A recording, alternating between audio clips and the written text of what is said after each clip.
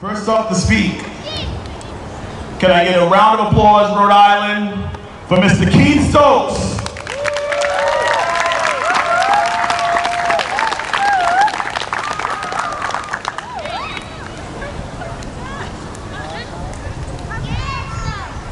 Thank you and welcome everyone. I think I drove the farthest here from Newport, but I can't tell you what an honor and privilege it is for me to be here before you today to talk for about 300 years of history in 5 minutes.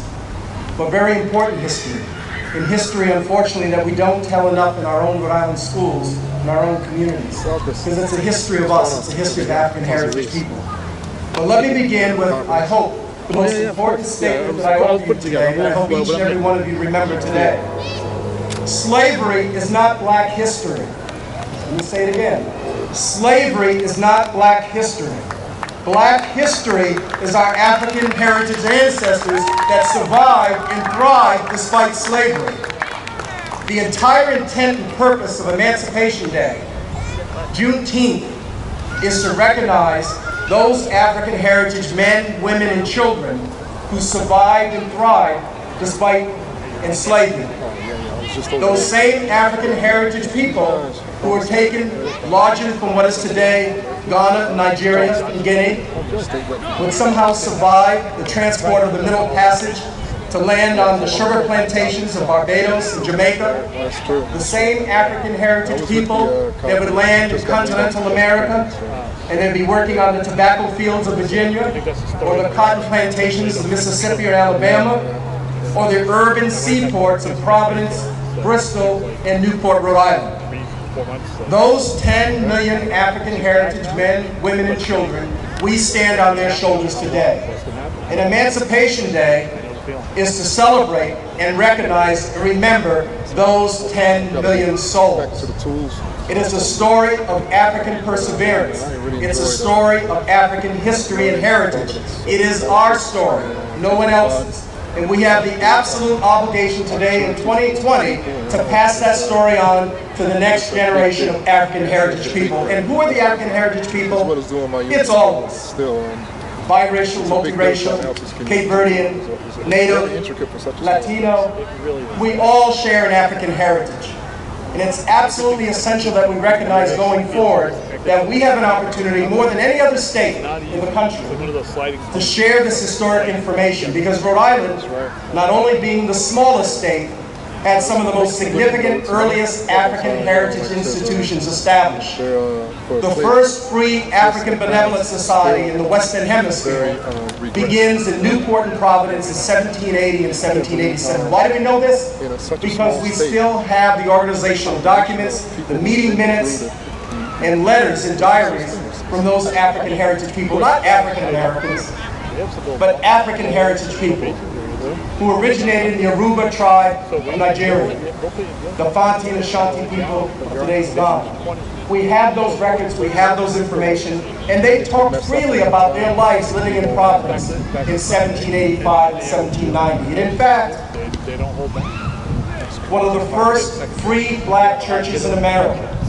Today we recognize it as Hog Strait Baptist Church. How many people know Hog Strait Baptist Church on Hog Street, east side of Providence?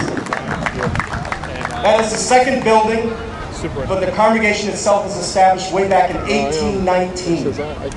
It evolved from the Providence Free African Benevolent Society. We know this because we know the men and women that founded that society. Names like Caesar Bond, Alfred Nigel, Ichabod Norfolk, George Willis.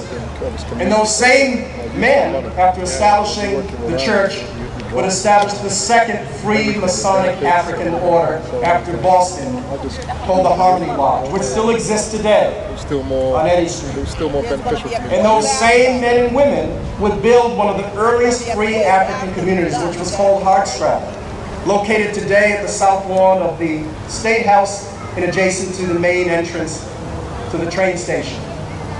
In 1824, whites dismantled, riot, burned, and dislocated the hardscrabble community. But we rebuilt it and moved a tad up the street, a little bit where the Providence Marriott is, moving towards North Main Street, and was called Snowtown. And again, the white community tried to dislodge us. to burn down our homes, to take away our property, and we moved up yet again up the hill to what later became Lippert Hill. And then through urban redevelopment and dislocations in the 20th century, we moved yet again, and now we find the historic black community in Providence in what is called Mount Hope. But what's most important to recognize is that that Mount Hope community today, the east side of Providence today, Fox Point today, were some of the earliest African heritage communities in America, in the Western Hemisphere. So when you walk those streets of Benefit Street, Pratt Street, Olney Street, those are your streets. Your African heritage men, women, and children built those streets, worshiped on those streets, lived upon those streets. Those are yours to take back, to recognize, and to celebrate. See, the intent today with Emancipation Day is not simply to recognize the end of slavery, because slavery is not ended. Our physical chattel ownership has ended in 1865, but it's now the psychological, and economic, and mental, and social. The Jim Crow laws of 100 years ago are the Jim Crow traditions that still exist today. And we see it each and every day in the failing of support of public education, on the vast health equity distance between black and Latino people and the majority population, to the criminal justice system that still grossly discriminates against particularly men of color. So the social justice issues of yesterday have evolved along with Jim Crow policies and discrimination to the social justice issues of today. Each and every one of you today have an opportunity in 2020 to make history by changing how people of color, our children, our children's friends, live and prosper in this city and in this state. So that 50 years from now, right here at this place, men and women of African heritage will come forth to celebrate Emancipation Day, but also to recognize all the great social justice things we were able to accomplish in 2020 through Black Lives Matter movement, through Emancipation Day and Juneteenth celebrations, and to just simply coming together as African heritage people who care about the state, the city, and the country that we built. Thank you for inviting me. I'm proud to be here, and I'm proud to come back in the next several years to come. Thank you.